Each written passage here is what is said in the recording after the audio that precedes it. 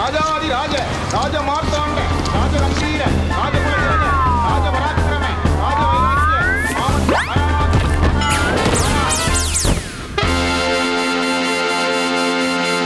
வணக்கம் மக்களே, இது நியூஸ் 18 தர்பார். நான் உங்க எழில். செம்ம சீனுபா. சட்டசபை ஆரம்பிச்சு 14 நாள் ஆகி போச்சு. எல்லாரும் வாங்க வந்து உட்காந்து கடகடன்னு மற்ற மானிய கோரிக்கையை மளமளன்னு பேசுங்க சபாநாயகர் சொன்ன உடனே ஆட்டோமேட்டிக்கா கேள்விகளும் பதில்களும் ஸ்டார்ட் ஆகி ஓடுது.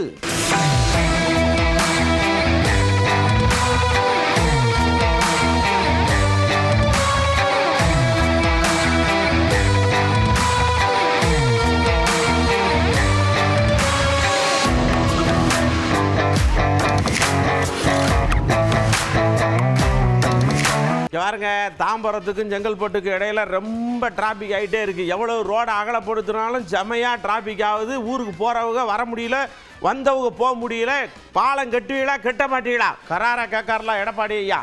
மாண்பு பேரவைத் தலைவர்களே, சென்னையிலிருந்து திருச்சி செல்லுகின்ற இந்திய தேசிய நெடுஞ்சாலை ஆணையம் போக்குவரத்து நெரிசல் அதிகமுள்ள அந்த சாலை காலையிலையும் மாலையிலையும் அதிக போக்குவரத்து நெரிசலை தவிர்ப்பதற்காக அனைத்து இந்திய அண்ணா திராவிட முன்னேற்ற கழகம் ஆட்சி கொண்ட பொழுது தாம்பரத்திலிருந்து செங்கல்பட்டு வரை உயர்மட்ட பாலம் கட்டுவதற்காக விரிவான திட்ட அறிக்கை தயாரிக்கப்பட்டு மத்திய அரசுக்கு அனுப்பப்பட்டு மத்திய அரசும் அந்த திட்டத்தை நிறைவேற்றுவதற்கு தயாராக இருந்தது. ஆட்சி மாற்றம் ஏற்பட்ட பிறகு அது அப்படியே கிடப்பில் போடப்பட்டு விட்டார்கள். ஆகவே இந்த அரசு இந்த கிடப்பில் போடப்பட்ட சென்னையிலிருந்து திருச்சி செல்கின்ற தாம்பரத்திலிருந்து செங்கல்பட்டு செல்கின்ற அந்த உயர்மட்ட பாலத்தை கட்டுவதற்கு மத்திய அரசோடு தொடர்பு கொண்டு அந்த திட்டத்தை நிறைவேற்றுவதற்கு அரசு முன்னுரிமை என்பதை தங்கள் வாயாக அறிய விரும்புகிறேன். சடக்குனே ஆதவர்ஜனா தான் எந்திரிச்சார். அவர் பொதுப்பணித்துறை மட்டும் இல்லாமல் எல்லாருக்கும் சேர்த்து அவர் தான் பதில் சொல்றதுனால எந்திரிச்சு, நீங்க மூத்த உறுப்பினர், நீங்க சொன்னதை நான் எப்படி தட்ட முடியும்? இந்த பாருங்க, கட்ட ஆரம்பிச்சிருவோம், திட்டத்தை போட்டுருவோம் அப்படின்னு பதில் சொல்லியிருக்கார். சண்டை மட்டும் வரல. மாண்புமிகு முன்னாள் முதலமைச்சர் சொன்னதை ஆல்ரெடி அரசினுடைய கவனத்தில் இருக்கு. இது இங்க மட்டும் இல்ல, திருவள்ளூர்ல இருந்து பெங்களூர்ல இருந்து திருவள்ளூர் வரைக்கும் வந்தாலும் நான் திருவள்ளூர்ல இருந்து திருப்பியும் பூந்தமல்லி ரோட கிராஸ் பண்றதுக்கு திருப்பியும் அங்க ஒரு 3 மணி நேரம் ஆகுது. சோ சென்னையுடைய அதர் மாவட்டங்கள்ல இருந்து மற்றொரு மாவட்டங்கள்ல இருந்து உள்ள வர முடியுது ஹைவேஸ்ல. ஆனா அந்த சென்னை சுற்றி இருக்கக்கூடிய செங்கல்பட்டா இருக்கட்டும், திருவள்ளூரா இருக்கட்டும், இங்க இருக்கிற மகாபலிபுரம் மாவட்டம், இது யாரெல்லாம் சென்னை நோக்கி வரும்போது கிட்டத்தட்ட 3 மணி நேரம் நம்ம போக்குவரத்து நெரிசல்ல இருக்கிறோம். இந்த சென்னை சுற்றில இருக்கக்கூடிய ரோட்ஸை இப்ப டிபிஆர் ப்ராஜெக்ட்ல கொண்டு வந்து மாண்புமிகு முதலமைச்சருடைய அவர் சொன்ன அந்த ப்ராஜெக்டும் கவனத்தில் கொண்டு வந்து அடுத்த மீட்டிங் நெக்ஸ்ட் மந்த் ஒன்றிய அமைச்சரோட இருக்கு. அதுல அவர் சொன்ன ப்ராஜெக்டை உடனடியாக அமல்படுத்துறதுக்கான எல்லா பணிகளும் நடக்கும். அக்ரியை எழுந்துச்சார். திருவண்ணாமலையுடைய சாலையினுடைய விஷயங்கள் கொஞ்சம் அங்கங்க இடிப்பாக இருக்குது. அது என்ன ஏதுன்னு புரிய மாட்டேங்குது. நல்ல தெளிவா சொன்னீங்கன்னா நல்லா இருக்கும் அப்படின்னு ஒரு கேள்வி அங்க போட்டு வச்சார். சாலைகள் மழை மற்றும் வெள்ளப்பெருக்குகளை தாங்கும் முகமாக இருக்க வேண்டுமானால் சாலைகளுக்கு இடையே சிமெண்ட் சாலைகள், சிறு பாலங்கள், தடுப்பு சுவர்கள் அமைத்தால் மட்டுமே சாலைகள் தரமாகவும் பயனுள்ளதாகவும் இருக்கும் என மேற்கண்ட அரசாணை வெளியிட்ட பிறகு தற்பொழுது அந்த அரசாணை நிலுவிலே இருக்கிறது. அந்த நிலுவையிலே இருக்கின்ற அரசாணைகளுக்கு கூடுதலாக நிதி ஒதுக்கீடு செய்யப்பட்டு அந்த வனத்துறையின் மூலமாக அனுமதி அளிக்கப்பட்டு உடனடியாக சார்களை மேற்கொள்ள வேண்டும் என்று கேள்விக்கு பதில் சொல்ல சொன்னா சடக்குன்னு லெட்டர் பேட்ல என்னென்னலாம் இருக்கு, அதுல இருக்கிற குறைகள்லாம் கண்டுபிடிச்சு நிவர்த்தி பண்ணுற மாதிரி செங்கோட்டையை எழுந்துச்சு அந்த லெட்டர் பேட்ல அவர் படம் இருக்கு இவர் படக்குன்னு சொல்லியிருக்காரு. அப்ப கட்சி மாறிட்டதை கூட மறந்துட்டார் போல் இருக்கு. மாண்பு அக்ரி கிருஷ்ணமூர்த்தியுடைய லெட்டர் பேடில் நான் பார்த்தேன். அவர் இடம் மாறி இருக்கிறார், அங்கே படம் மாறவில்லை என்பதுதான் பார்த்துக்கொள்ள.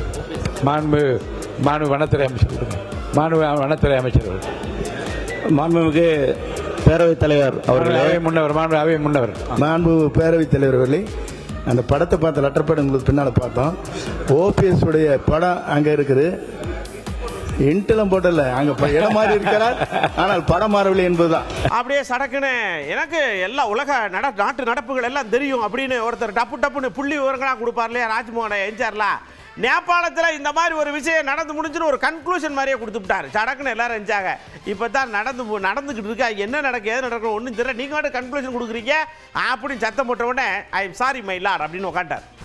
சீன பகுதியில் உள்ள மேல்லெண்டே ஆற்று பகுதியில் பனிப்பாறை சரிவு காரணமாக ஏற்பட்ட ஒரு மிகப்பெரிய வெள்ளம் நேபாளம் திபெத் நாடுகளினுடைய எல்லை பகுதியில் கோடை கோஷி ஆற்றில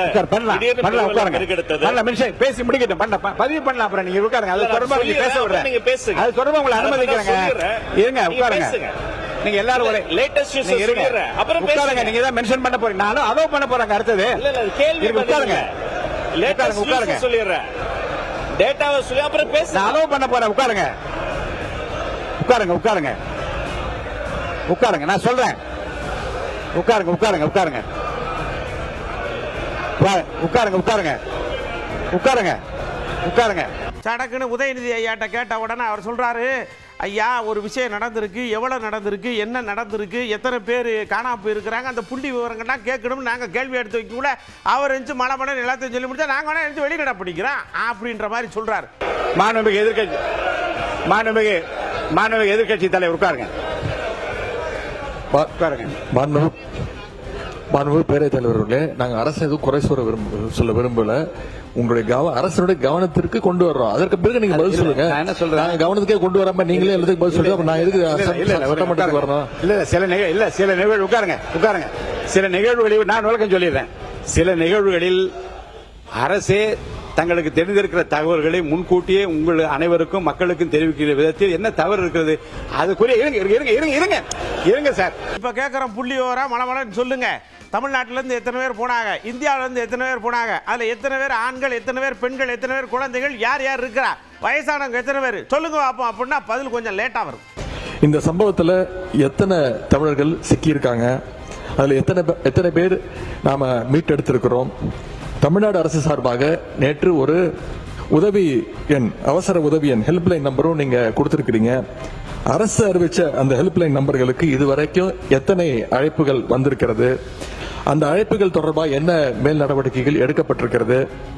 இந்த நிலைமையில தமிழர்களை பத்திரமா மீட்டுட்டு வர்றதுக்கு தமிழக அரசு சார்பாக ஒரு சிறப்பு அதிகாரியை, ஒரு ஸ்பெஷல் ஆபீசரை இந்த அரசு நியமிச்சிருக்கிறதா, அவங்க நேபாள் போறதற்கான திட்டங்கள் எதுவும் இருக்கிறதா, மேலும் இந்த பெருவெள்ளத்துல சென்னை நீதிமன்ற ஓய்வு பெற்ற நீதிபதி திரு சிவஞானம் அவர்கள் பாதிக்கப்பட்டிருக்கார் என்ற செய்திகள் வந்துகிட்டு இருக்கிறது. எடப்பாடி ஐயா பங்குக்கு எதிர்ச்சாரலாம், எதிர்ச்சோன்னா இங்க இருக்க சும்மா இங்க உட்காந்துக்கிட்டு இந்த டிவியை பார்த்துக்கிட்டு இதை அதெல்லாம் சொல்லக்கூடாது. நேராக ஒரு 10-15 அதிகாரிகளை அனுப்புங்க, அங்கே போய் புள்ளி விவரத்தை எடுத்துட்டு வந்து இங்கே வந்து சொல்லுங்க. அதை விட்டுவிட்டு இந்த அவுச்சுரான்லாம் சொல்லிக்கிட்டு இருக்காதீங்க அப்படிங்க. ஆகவே 37 பேர் காணாமல் போயிருக்கிறார். அதை மீட்பதற்குண்டான நடவடிக்கை எடுக்க வேண்டும். 20 பேர் பத்திரமா இருப்பதாக தகவல்கள் அவர்களையும் மீட்டெடுத்து தமிழகத்துக்கு கொண்டு வரப்பட வேண்டும். அது மற்றும் கோவையில் உள்ள ஈசா மையத்தில் இருந்து சுமார் 77 பேர் ஆன்மீக சுற்றுப்பயணம் மேற்கொள்வதற்காக நேபாள் நாட்டுக்கு சென்றிருக்கின்றார்கள். அவர்கள் என்ன ஆனார் என்று தெரியவில்லை, தகவலும் கிடைக்கப்பெறவில்லை. ஆகவே இது வெளியுறவுத்துறை அமைச்சரோடு தொடர்பு கொண்டு நம்முடைய தமிழ்நாட்டுக்கின்ற ஒரு அதிகாரி குழு டெல்லிக்கு அனுப்பப்பட்டு மத்திய அரசோடு தொடர்பு கொண்டு வெளியுறவுத்துறை அமைச்சரோடு தொடர்பு கொண்டு நேபாள் நாட்டுக்கு சென்று தமிழர்கள் 57 பேரையும் மீட்டு தமிழகத்துக்கு கொண்டு வந்து சேர்க்கப்பட வேண்டும் என்று அரசுடைய கவனத்திற்கு கொண்டு வருவதோடு அந்த குடும்பத்தைச் சேர்ந்தவர்களெல்லாம் அந்த 57 பேர் ஆன்மீக சுற்றுப்பயணம் சென்ற அந்த குடும்பத்தைச் சேர்ந்தவர்கள் மிகுந்த பதற்றத்தோடு இருக்கிறார்கள். அவர் உறவினர்கள் பதற்றத்தோடு இருக்கின்றார்கள். ஆகவே அரசு வேகமாக துரிதமாக செயல்பட்டு ஆன்மீக சுற்றுப்பயணத்தில் மேற்கொண்டுள்ள அனைவரையும் பத்திரமாக மீட்டு தமிழகத்தில் கொண்டு வருவதற்கு இந்த அரசு முன்வர வேண்டும் என்று தங்கள் வாயிலாக அமைச்சருடைய கவனத்தில் கொண்டு வருகிறார். கே நேரு ஐயா கேட்காரு, இங்க வர பாதி பேரை காணும், அதிகாரிகளை காணும், முதலமைச்சரே காணும், முதலமைச்சருக்கு இருக்கிற அதிகாரியும் காணும். அவர் என்ன நடக்கு ஏது நடக்குது அவருக்கு தெரியுமா தெரியாதா, இங்க என்ன சண்டை ஓட்டு கிடக்கா ஒன்றும் ஒரு இடம் புரிய மாட்டேங்க போங்க அப்படின்னு அவரும் அப்படியே விரக்தியோட பேசிக்கிட்டு இருக்காரு. கே நேரு அவர்கள். மாண்புமிகு பேரவைத் தலைவர் அவர்களே, லைவ் என்பது எப்போதும் இருப்பது இல்ல. நான் சொல்றேன், நீங்க வெளியிடாமல் இருப்பாங்க தவிர இந்த கேள்வி பதில் கேட்கும் போது அதிகாரிகள் அங்கிருந்து துணை அதிகாரிகள் எல்லாம் துறையினுடைய அதிகாரிகள் எல்லாம் அங்க இருப்பதுதான் குற்றச்சாட்டாக எடுத்துக்கொள்ள வேண்டாம். உங்களுடைய துறை செயலாளர் இங்கு இருந்தால் கேள்வி கேட்டதை தவிர வேறு பகுதி பல செய்திகளை சட்டமன்ற உறுப்பினர்கள் உங்களிடம் கேட்கிறார்கள். நீங்கள் அதற்கு பதில் சொல்கிறீர்கள். துறையினுடைய செயலாளர் இருப்பாரையானால் குறிப்பெடுத்துக் கொள்வார். அது நடைபெறும் என்றால் நடைபெறும், நடைபெற முடியாது என்றால் முடியாது என்று சொல்ல வரும்.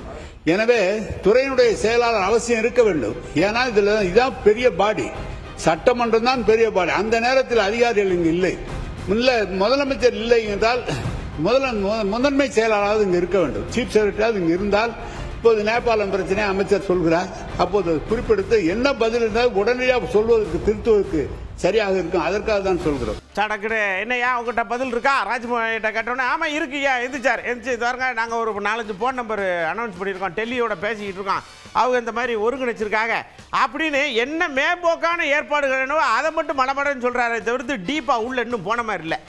தமிழ்நாடு இல்லம் நம்முடைய புதுதில்லியில ஒரு கட்டுப்பாட்டு அறையை நாங்கள் வந்து ஏற்படுத்தி இருக்கிறோம். அதுக்கு 9289516712 இதையெல்லாம் நம்ம கொடுத்த உடனே அதுல எவ்வளவு நம்பர்ஸ் வந்தது மதிப்பிற்குரிய மாண்புமிகு எதிர்க்கட்சி தலைவர் கூட கேட்டிருந்தாரு. அது கிட்டத்தட்ட 937 அழைப்புகள் வந்தது. அவர்களுக்கு உண்டான கம்யூனிகேஷன் அவங்களுக்கு தேவைப்படக்கூடிய தகவல்களையும் கொடுத்திருக்கிறோம். மேலும் இது தொடர்பாக புதுதில்லியில் இருக்கக்கூடிய தமிழ்நாடு இல்லத்தில் ஒரு கட்டுப்பாட்டு அறை அமைக்கப்பட்டிருக்கே. அவங்க வந்து தீவிரமா வேலை பார்த்துட்டு இருக்காங்க. ஓய்வு பெற்ற நீதிபதி மற்றும் இங்கிருந்து போன சகல குழுக்களை சார்ந்த தமிழர்கள், அங்க இருக்கக்கூடிய மீட்கப்பட்டவர்கள், மீட்கப்பட வேண்டியவர்கள், அது குறித்த ஒவ்வொரு மணி நேரமான தகவல்களும் சேகரிக்கப்படுகிறது. மேலும் நேபாள அரசுடன் தொடர்பு கொண்டு இதற்குண்டான உரிய நடவடிக்கைகளை கொலாபரேட்டிவா நேபாள அரசும், இந்திய அரசும், தமிழ்நாடு அரசும், ஒன்றிய அரசும் இப்படி பல்வேறு வகையான கொலாபரேட்டிவ் மெஷர்ஸ்ல எடுக்கப்பட்டு வருகிறது. காட்மாண்டுவில் உள்ள இந்திய தூதரகத்தின் அதிகாரிகள் மூலமாக நிலைமையை தொடர்ந்து கண்காணித்து வரோம். இது ஒரு பெரிய வேக்கப் கால், இது ஒரு பெரிய எழுகை மணி. பாதிக்கப்பட்ட குடும்பங்களோட துன்பத்தில் துயரத்தில் நாங்கள் வந்து துணை நிற்கிறோம். ஆனா நமக்கெல்லாம் அது ஒரு பெரிய எழுகை மணி. Climate change is real. கட்டாயமாக இயற்கை பேரழிவு போன்ற சம்பவங்கள் அதிகரித்து வருவது ஒரு நல்ல போக்கல்ல. ஐநா சபையில SDG goals, sustainable development goals இதற்குண்டான தீர்வுகள் எல்லாம் சொல்லி இருக்கிறாங்க. தயவு செய்து நம்முடைய மாமன்ற உறுப்பினர்கள் இதை போன்ற சம்பவங்கள் எல்லாம் ஒரு பெரிய பாடமாக எடுத்துக்கொண்டு நம்ம உருவாக்கக்கூடிய சட்டங்களோ எடுக்கக்கூடிய நடவடிக்கைகளோ இனி வருங்காலங்களில் இதை போன்ற இயற்கை பேரிடர்களை வந்து நம்மால் சமாளிக்கவே முடியாது. அதை போன்ற இயற்கை பேரிடர்கள் ஏற்படாதவாறு கண்ணும் கருத்துமாக உருவாக்க வேண்டும். இதை குறித்து மேலதிக தகவல் கிடைக்கப்பெறும் போது மாமன்றத்தில் உங்கள் அனுமதியோடு உங்கள் மூலமாக தெரியப்படுத்தும் என்பதையும் தெரியப்படுத்துகிறேன். நன்றி. சடக்குன்னு முதலமைச்சரை காதுக்கு போயிருக்கும் போல் இருக்கு. இந்த விஷயத்தை அப்படி நாம உள்ள இறங்கலைன்னா பிரச்சனை பெருசாயிரும் சொல்லிட்டு குடுக்குடுன்னு போய் அங்கனே உட்காந்து எல்லாத்தையும் டிஸ்கஸ் பண்ணி ஒரு 10-15 பேர் சடக்குன்னு அனுப்பிவிடுங்க, என்னென்னு கலெக்டர் எனக்கு சொல்லுங்க எல்லாத்தையும் சொல்றதுக்கு அப்படின்னு சொல்லி ஆர்டர் போட்டிருக்காரு. எப்போ கிளம்பி போவான்னு தான் தெரியல.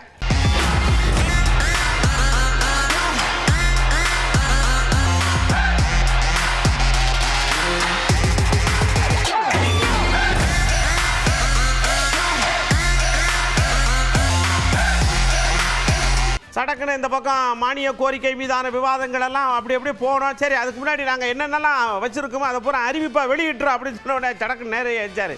ஏங்க நீங்கள் அறிவிப்புன்னு சொன்னீங்கன்னா அதை பற்றியே ஓடிக்கிட்டு இருக்கேன், அப்புறம் மானிய கோரிக்கைன்னு கேள்வியில் எழுதி கொடுக்குமே, அதை பற்றி விவாதிக்க வேண்டாமா, அப்புறம் எதுக்கு பேர் நாங்கள் டெய்லி இங்கே வெள்ளை சொல்லி ஆறோம் அப்படின்ற மாதிரி கேட்காரு. மானிய கோரிக்கைகளும் வெட்டு தீர்மானங்களும் பேரவை முன் விவாதத்திற்கு வைக்கப்பட்டுள்ளன. மாண்புமிகு அமைச்சர் முன்னுரையாக ஏதாவது கூற விரும்பினால் கூறலாம்.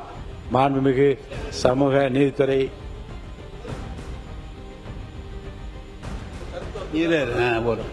மாண்புமிகு பேரவைத் தலைவர், அமைச்சர்கள் பேசுவதற்கு முன்பால் அறிவிப்பை வெளியிட்டு விட்டு பேசலாம் என்று இப்போ ஒரு கருத்தை சொல்லியிருக்கிறீர்கள். மானிய கோரிக்கை இப்போது நிறைவேற்றி தர வேண்டும் என்று கேட்க முன்பாக அமைச்சர்கள் பதில் சொல்லிதான் அதை கேட்க முடியும். அமைச்சர்கள் பதில் சொல்வதற்கு முன்பு அறிவிப்பை படித்துவிட்டு அமைச்சர்கள் சொன்னால் பேசினால் சரியாக இருக்கும். சரிங்க, அவர் கொஞ்சம் கோவப்பட்டாரு. நீங்க இருந்தாலும் பரவாயில்ல, நீங்க வச்சிருக்க அறிவிப்புலன்னு சொல்லுங்கன்னு வண்டி அரசை எந்திரிச்சு சொல்ல சொன்னார் சபாநாயகரையா. அவர் கையில் ரெடியாக ப்ரிப்பேர் பண்ணி வச்சுப்பார்களுக்கு ஒரு 60-67 அறிவிப்புகள் வச்சுப்பார்கள் இருக்கு. மலமளமளன்னு சொல்லியிருக்காங்க. ஆனாலும் அவர்களுக்கு பற்றின ஒரு விஷயங்கள் இன்னும் சரியாக புலப்படலைன்னே தோணுதுன்னுக்காக அவற்றுள் சில முக்கிய அறிவிப்புகளை மட்டும் நான் இப்பொழுது அறிவிக்க கடமைப்பட்டிருக்கின்றேன்.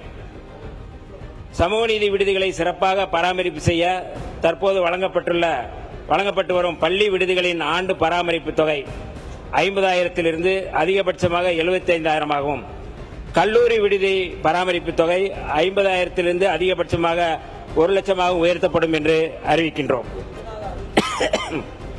இரண்டாவது அறிவிப்பு, மாணாக்கருக்கு தரமான சத்தான உணவு வழங்கும் பொருட்டு பள்ளி விடுதி மாணாக்கருக்கு தற்போது மாதம் ஒன்றுக்கு வழங்கப்பட்டு வரும் ரூபாய் 1,400 ரூபாய் 1,800 உயர்த்தியும், கல்லூரி விடுதி மாணாக்கருக்கு 1,500 2,000 மாதாந்திர உணவு கட்டணம் உயர்த்தி வழங்கப்படும். இத்திட்டத்திற்காக ரூபாய் 200 கோடி ஒதுக்கீடு செய்யப்பட்டிருக்கிறது. மூன்றாவது, சமூக நீதித்துறையின் கீழ் செயல்படும் ஆதி திராவிடர் மற்றும் பழங்குடியினர் நல பள்ளிகளுக்கு 100 புதிய வகுப்பறைகள் கட்டப்படும். வாசுதேவனல்லூர் எம்எல்ஏ பேசினார்ல, கலைஞரையா காலத்தில் இது பண்ணல அது பண்ணல எல்லாம் பண்ணிருக்காரு. அதெல்லாம் ஒழுங்காக பார்க்கறதில்ல, பார்க்காம விட்டுட்டு சடக்குன்னு இஸ்லாமியர்களை இப்படி சொன்னாங்க திமுக காரன் அவங்க சொல்கிறாங்க. ஏன் உங்கள் முதல்வர் கூட படத்தில் தான் இஸ்லாமியரை தீவிரவாதியாக கட்டி அப்படி பொட்டல மாதிரி பேக்கு மாதிரி தூக்கிட்டு போனார் மாதிரி ஒரு கூட்டத்துக்கு போட்டார். அது வாட்டுக்கு டம்னு வெடிக்கு சத்தம் மட்டும் வரல. வாழையடி வாழையாக சிறுபான்மை மக்களின் நலனிலும் அவர்களுடைய பாதுகாப்பிலும் உரிமைகளிலும் உடன்பிறப்பாய் உடன் நிற்பது திராவிட முன்னேற்ற கழகம் மட்டும்தான். 2 தினங்களுக்கு முன்னதாக இஸ்லாமியர்களை திமுக அவதூறாக பேசியதாக கூறி அந்த சட்டமன்ற உறுப்பினர் சகோதரர் குடியுரிமை எதிர்ப்பு போராட்டங்கள் நடந்த காலத்தில் ஒரு நபரை குறிப்பிட்டு அவர் அந்த இஸ்லாமிய சமூகத்தில் என்னென்ன தீங்குகள் செய்திருக்கிறார் என்று பல்வேறு யூடியூப் சேனல் மூலமாக பேட்டி அளித்துள்ளார்கள். குறிப்பாக பீஸ்ட் படத்தை தடை செய்ய வேண்டும் என்று அவர் தனி பிரத்யேக பேட்டியை அளிச்சிருந்தார்.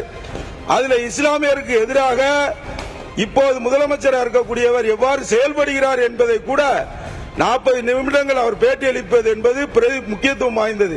அதற்கு அவர் பதிலளிப்பாரா என்பதுதான் எங்களுடைய கேள்வி. சடக்குன்னு எந்திரிச்சார்ல ஆதவரசன் எந்திரிச்சு படத்துல டைரக்டர் சொல்றாருங்க எங்க ஐயா நடிச்சாரு, அதுக்கு இதுக்கு என்ன சம்பந்தம்? நெசத்தில் நடந்தப்ப நீங்க கூட்டணியில் இருந்தீங்களா, அதை பத்தி நீங்க ஒன்று பேசப்பட்டீங்க, ஆமா அப்படிங்கிற மாதிரி இந்த பக்கம் வேற மாதிரி அணுகுண்ட தூக்கி போடுறாரு. ஒரு படத்தோடைய கான்செப்ட்ங்கிறது ஒவ்வொருத்தருடைய பார்வையில் இருக்கு. அப்ப 99 to 2004 உங்களுடைய ஐயா கலைஞர் அவர்கள் என்ன பேசினாரு நாங்களும் இப்ப எடுத்து பேச முடியும். RSS இயக்கம் சமூக இயக்கம் சொன்னது இதே அவையில, அதையும் நாங்க சொல்ல முடியும். அதனால மானிய கோரிக்கைகள் விவாதம்ங்கிறது நான் திருப்பி பதிவு பண்றேன். இதோட 4 முறை அரசை குறை சொல்லி பேசிக்கிட்டு இருக்காரு. நாங்க அமைதியா கேட்டுட்டு இருக்கோம். யாருடைய பேச்சிலையும் நாங்க குறுக்கிட வேண்டிய அவசியம் இல்லை. ஆனால் குறைகளை சொல்லணும்னா நாங்க 50 வருஷ வரலாற்று நாங்களும் எடுப்போம். 99 to 2004 கோத்ரா கலவரம் நடக்கும் பொழுது என்ன குரல் கொடுத்தீங்க நீங்க? இஸ்லாமியர்களுக்கு பாதிக்கப்படும் பொழுது அமைச்சரவையில் இருந்தது யார்? இதே திமுக தான். அமைச்சரவை இருந்து என்ன அப்ப குரல் கொடுத்திருக்கலாமே? கோத்ரா கலவரத்துல எல்லா இஸ்லாமியர்கள் இறக்கப்பட்டாங்க, அதனால நாங்க அமைச்சரவையில இருந்து ரிசைன் பண்றோம், எங்களுக்கு பதவி முக்கியம் இல்ல, இஸ்லாமியர்களோட உயிர் தான் முக்கியம் அப்படின்னு பதவியில இருந்து விலகி இருக்கலாமே. திமுக விலகி இருக்கலாமே. 99 2004 வரைக்கும் பிஜேபியோட ஆட்சி 5 வருஷம் முழு முதலா கொண்டு வந்து திமுக.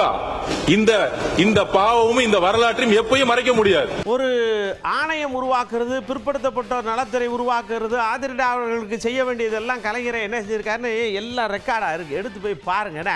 அதை விட்டுவிட்டு சும்மா வாய்க்கு வந்ததெல்லாம் பேசிவிட்டு என்ன செஞ்சாலும் கலைஞரை மேல இந்த மாதிரி ஒரு அலிகேஷன் இருந்துகிட்டே இருக்கேன், அது அப்படித்தான் போகுது. நீங்களும் சொல்றீங்க, சொல்லுங்க அப்படின்னு நிறைய சாபம் விடுத.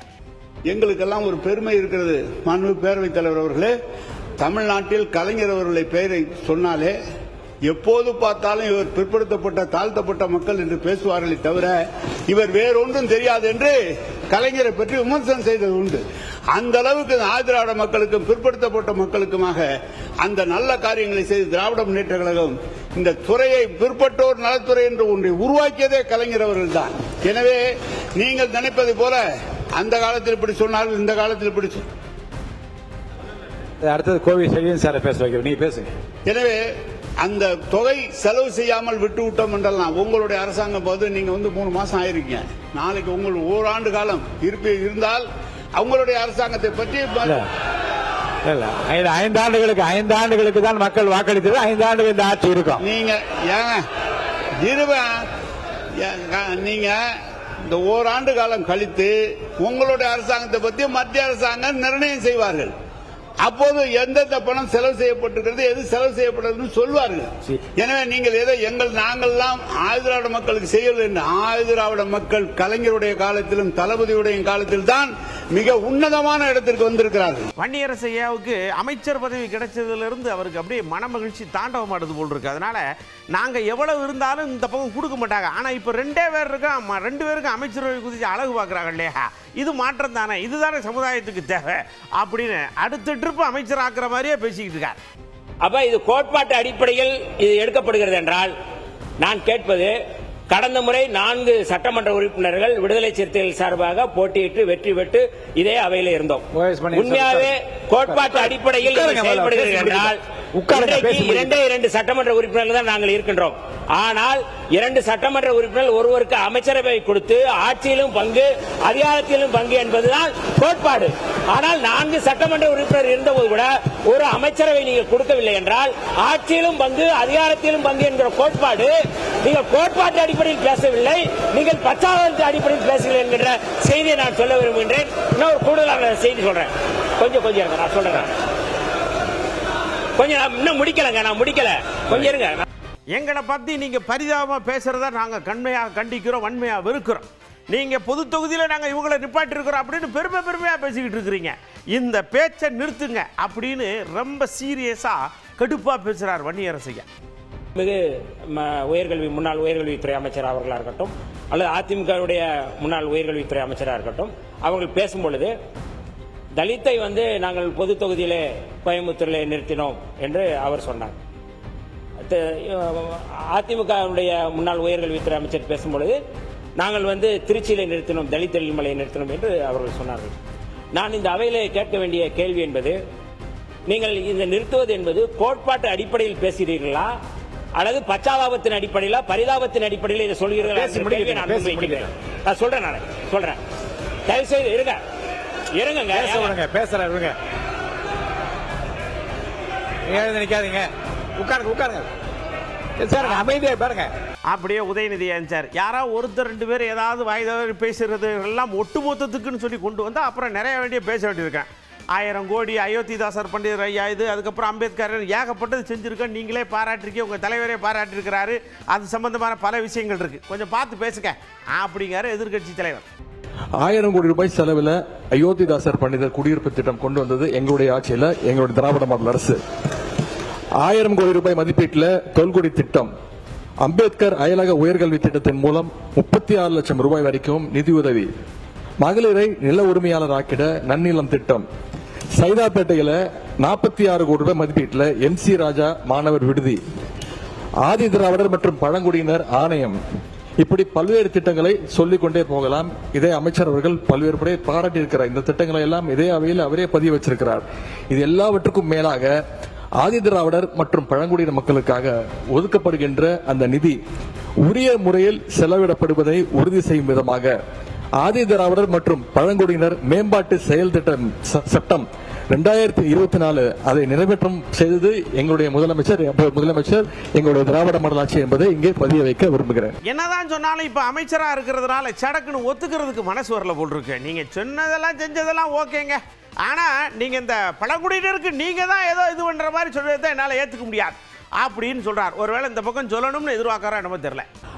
இந்த அறிவிப்பு தொடர்பாக, சமூக நீதி தொடர்பாக ஆதி திராவிடர் மற்றும் பழங்குடியினருக்கான இந்த துறை சார்ந்து நாங்கள் அறிவித்த அறிவிப்புகள் குறித்து ஏதாவது குறை இருந்தால் நீங்க அதை சொல்லுங்க. நான் இது நீங்க பண்ணுனீங்க நாங்க பண்ணணும்னு சொல்ல வரல. ஆனால் குறிப்பாக ஆதி திராவிடர் மக்களை வைத்து அரசியல் செய்வதை நிறுத்துங்கள் என்பதை தான் நான் சொல்றேன். நீங்க செய்றீங்க நாங்க செய்றீங்க சொல்வது எது அநாகரிகமானது என்பதை தான் நான் சுட்டி காட்டுறேன். நான் சடக்குன்னு ஐயா என்சார்ல எம்ஆர்கே என்சார் நல்லா பழகிற மனிதர்களுக்கு திடீர்னு ஏதாவது ஒரு சில விஷயங்கள்ல டேர்ன் ஓவர் ஆகும் இல்லையா? அப்படிதான் வன்னியரசு ஐயாக்கு இப்போ அமைச்சரான உடனே அவர் வேற லெவலில் டேர்ன் ஓவர் ஆகிறார். நாங்களாம் அதை முடிச்சிட்டோம், அவர் இப்போ தான் ஆரம்பிக்கிறார் அப்படின்றார். என்னத்துக்கோ தெரியல. எங்களுடைய தலைவர் முதலமைச்சராக இருக்கும்பொழுது அவருடைய தலைவரும் தோல் திருமா அவர்களும் அதே போல சிந்தனை செல்வம் இதே வன்னியரசோட வந்திருக்கார்.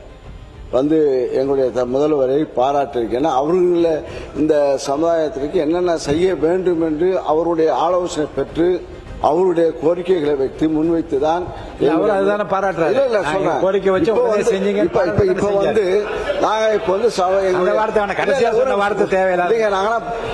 எங்க பகுதியில சொல்றேன். இப்போ சமூக நல்லிணக்கமாக நாங்கெல்லாம் வாழ்ந்து கொண்டிருக்கின்றோம். ஆக அதுக்கு இப்போ ஒரு அமைச்சரான பிறகு அமைச்சர் வன்னியரசு அவர்கள் இப்போது வேற மாதிரியாக பேசுகிறார்கள். பேசட்டும். ஆக நாங்களும் இணக்கமாக வாழ்ந்து கொண்டிருக்கிற சூழ்நிலையை கெடுக்க வேண்டாம். ஏன்னா இதெல்லாம் நாங்கள் உறுதி அளித்துதான் நாங்கள் அவருக்கு நாங்கள் தேர்தல் பணியாற்றினோம். எல்லாருக்கும் ஒருவித வருத்தம் இருக்கும். நம்ம அண்ணியாருக்கு பயங்கர கடுப்பு. ஏற்கனவே அவங்க டீச்சர் இல்லையா, அதனால அவங்க சொல்றாங்க பாருங்க, இது சட்டமன்றமா இல்லைன்னா சண்டை மன்றமான்னு தெரியல, எப்போ பார்த்தாலும் சண்டை விட்டுக்கிட்டே இருக்கி. அதுவும் அந்த தம்பி ஆதவர்ஜுனா எந்திக்காத வரைக்கும் நல்ல சும்மா போகுது. எந்திரிச்சவொன்னே மழை சண்டையை போகுது. மானிய கோரிக்கை பேசவே முடியல. முதல்ல அந்த அவருக்கு வாய்ப்பு கொடுக்கறது நிறுத்துங்க அப்படின்னு கட்டன்டா சொல்லிட்டாங்க. மனிதனால பேச முடியல. பாரு சண்டை சண்டை சண்டை அப்படின்னா மக்களுக்கு இதனால என்ன பலன்? நானு இப்ப நீங்க சொன்னீங்க ஒரு நிமிஷம், வாக்குவாதம் என்பது ஒரு அளவுக்கு இருந்தால் ரசிக்கலாம். கடந்த 2 நாட்களா இங்க நான் வரல, மக்களோட சந்திக்கிறேன். மக்கள் என்ன சொல்றாங்களோ அவங்க நான் குறிப்பிடணும். இதுவரைக்கும் சட்டமன்றம் நல்லா போயிட்டு இருந்துச்சு, நாங்களும் இன்ட்ரெஸ்டிங்கா டெய்லி பார்த்துக்கிட்டு இருந்தோம். ஆனா ஒரு 3-4 நாளா வெறும் சண்டை தான் போகுதே ஒழிய இதனால யாருக்கு எந்த பலனும் இல்லை. இப்பெல்லாம் நாங்க டிவி ஆஃப் பண்ணிடுறோங்கிறாங்க. ஏன் இதுன்னு சொல்றேன்னா, இங்க மக்களுக்காக பேசணும், மக்களுக்கு நல்லது நடக்கிறதுக்கு தான் இந்த சட்டசபை என்பதை தயவு செஞ்சு எல்லாரும் புரிஞ்சுக்கணும். வாக்குவாதம் பண்ணுங்க, ஆனா 24 மணி நேரம் இருக்கிற 6:30 மணி வரைக்கும் வெறும் சண்டை போனா எப்படி? நானும் பாக்குறேன். முந்தானத்து 6 மணி கோரிக்கை, கடைசி வரைக்கும் 4 மணி வரைக்கும் 2 மானிய கோரிக்கை கூட நம்மளால பேச முடியல. அவை தலைவரே, இது ரொம்ப ரொம்ப மனசு கஷ்டமா இருக்கு. எல்லாருக்கும் நீங்க வாய்ப்பு கொடுங்க. பேசினவங்களே தான் பேசுறாங்க, சண்டை போட்டவங்களே தான் சண்டை போட்டுக்கிட்டு இருக்காங்க. ஒரு கால நேரமெல்லாம் கிடையாதா? ஒரு விஷயம்னா எடுத்தோன்னா கடன்னு முடிக்கணும். இப்போ தான் ஒருத்தர் எந்திரிச்சு முடிச்சிருக்காருன்னு 2 பேர் கையில் நோட்ஸ் வச்சுக்கிட்டு இருக்காங்க. இவங்க எப்போ குறிப்பு எடுத்து வாசிச்சதுன்னு அதுக்குள்ளே 12 ராத்திரி ஆயிரம் போட்டிருக்கு. ஏன் இப்படி பண்ணிக்கிட்டு இருக்கீங்க? கொஞ்சம் நேரம் காலத்தை இது ஒன்று தெரியாதா அப்படிங்கிற மாதிரி சபாநாயகருக்கு கேள்வி கேட்கார். காலையில் சொன்னீங்க 10 மணி நேரம் அவை நடத்துன்னு சொன்னீங்க. 10 மணி நேரம் நடத்துதில்ல, பயனுள்ள கருத்து எவ்வளவு நேரம் பார்த்தா கிடையாது. இது பொதுமக்கள் பார்த்துட்டு இருக்கிறாங்க. சட்டமன்றம் என்பது ஒரு மிகப்பெரிய சட்டம் இயற்றக்கூடிய மாமன்றம். மக்களுடைய பிரச்சனை இங்க தான் பேசுறோம். ஆனா அவர்கள் சொன்ன மாதிரி மக்களுடைய பிரச்சனையை பேசுவதற்கு அதிக நேரம் கொடுப்பதில்லை, மற்ற பிரச்சனையை தான் அதிக நேரம் எடுத்துக்கிறாங்க. இனிமேல் அருள்கூர்ந்து நாங்கள் எந்த அணியாக இருந்தாலும் சரி, இந்த பக்கம் சரி அந்த பக்கம் தான் சரி, சரியான கருத்துக்கள் இருந்தா அனுமதிங்க. அவைக்கு உகாத கருத்து இருந்தா அதை அனுமதிக்க வேண்டாம். இனி குறிப்பிட்ட காலத்திற்குள் அவையை நிறைவு செய்கின்ற ஒரு சூழலை ஏற்படுத்தி கொடுக்க வேண்டும் தங்களை கேட்டுக்கொள்கிறேன்.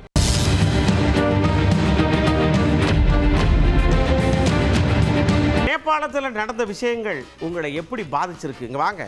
திடீர்னு மழையெல்லாம் இல்லை, ஆனால் திடீர்னு பார்த்தீங்கன்னா டமார்னு பனி உடஞ்சி இது உடஞ்சி வெள்ளமாக வந்து செகண்டில் அப்படி 4 செகண்டில் எல்லாம் சதன்னு சகதியாக மாறி போச்சு. என்ன நடந்துச்சு ஏது நடந்துச்சுன்னு யோசிக்க கூட முடியல. இதை பார்த்தீங்க இல்லையா? இதனால் நீங்கள் உங்களுடைய மனசில் என்னென்னலாம் தோணுச்சு, எப்படியெல்லாம் இயற்கையோடு இருக்கணும் கேட்டோம்ல, பதிலை அற்புதமாக சொல்லியிருக்காங்க.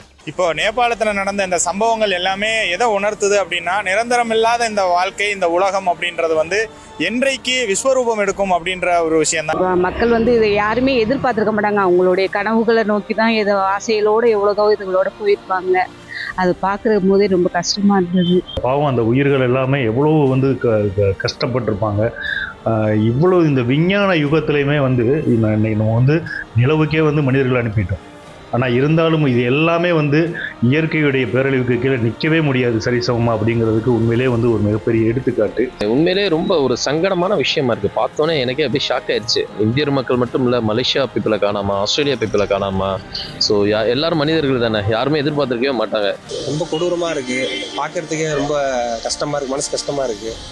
அவ்வளோ தண்ணி அடித்து அவ்வளோ மக்கள் போயிட்டாங்க.